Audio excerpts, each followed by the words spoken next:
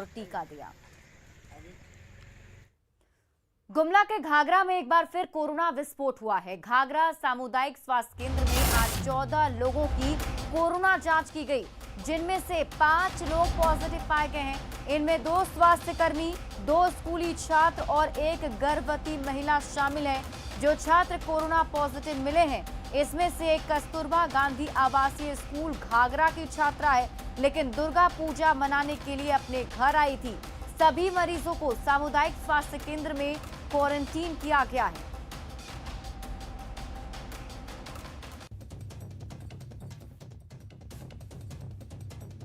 तो घाघरा में एक बार फिर से कोरोना का विस्फोट हुआ है। आपको बता दें कि यहां पर 14 लोगों की जांच की गई थी और जांच करने के बाद ये पता चला कि इनमें से 5 लोग कोरोना पॉजिटिव पाए गए हैं।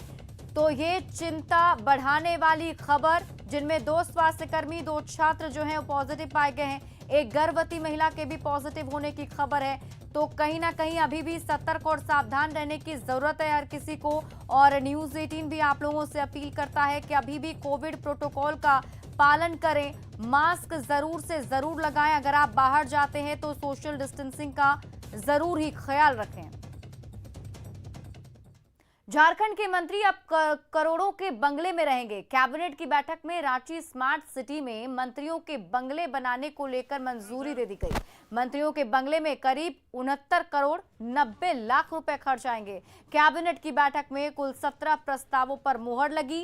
राज्य में आत्मसमर्पण करने वाले उग्रवादियों को खुले जेल में रहने के लिए निवेदन और उस पर सहमति अनिवार्य होगी, जबकि सुप्रीम कोर्ट के आदेश पर राज्य के 20 न्यायालयों में सीसीटीवी कैमरा लगाने के लिए 52 करोड़ रुपए राशि खर्च करने पर सहमति बनी है। इसके अलावे धान अधिप्राप्ति केंद्र पर अब किसान 200 क्विंटल तक धान बेच पाएंगे। राज्य भर में धान अधिप्राप्ति के लिए 8 लाख मैट्रिक टन का लक्ष्य रखा गया है। क्वार्टर बनेंगे स्मार्ट सिटी में मंत्रियों के लिए, यही निर्णय है। स्कैटर्ड था, एक जगह नहीं थे, अलग अलग जगह में थे, तो नज़दीक में विधानसभा के नज़दीक में ही लाया जा रहा है। मेरे ख्याल से उद्देश्य यही। अभी चुनाव करा नहीं, चुनाव कराना, डेट देना, ये तो चुनाव आयोग का काम है। वो चुनाव आयोग डेट निकालेगा तब देखा जाएगा।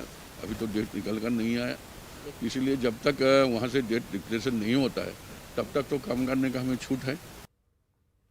मुख्यमंत्री हेमंत सोरेन ने नियुक्ति प्रक्रिया में तेजी लाने के निर्देश दिए हैं। कार्मिक प्रशासनिक सुधार एवं राज्य भाषा विभाग की बैठक में सीएम ने कहा कि झारखंड लोक सेवा आयोग और झारखंड कर्मचारी चयन आयोग से तालमेल बनाकर सभी विभाग नियुक्ति प्रक्रिया में तेजी लाएं।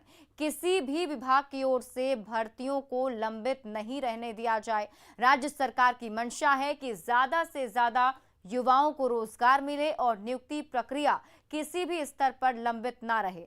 मुख्यमंत्री हेमंत सोरेन ने कहा कि सभी विभागों में लंबित नियुक्ति प्रक्रियाओं को एक निश्चित समय सीमा के अंतर्गत हर हाल में पूरा कर लिया जाए।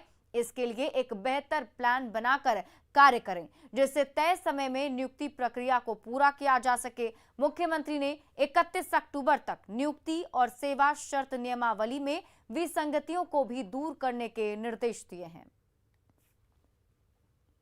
शिक्षा मंत्री जगन्नाथ महतो ने एक बार फिर से स्थानीय नीति में 1932 के खतियान को लागू करने का वादा किया है।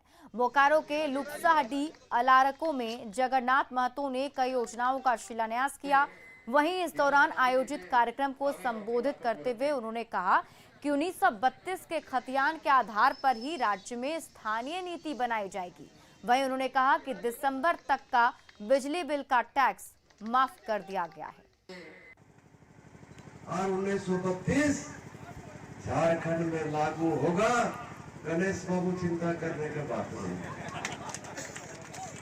हेमंत जी का गरीबों का सरकार है। बिजली बिल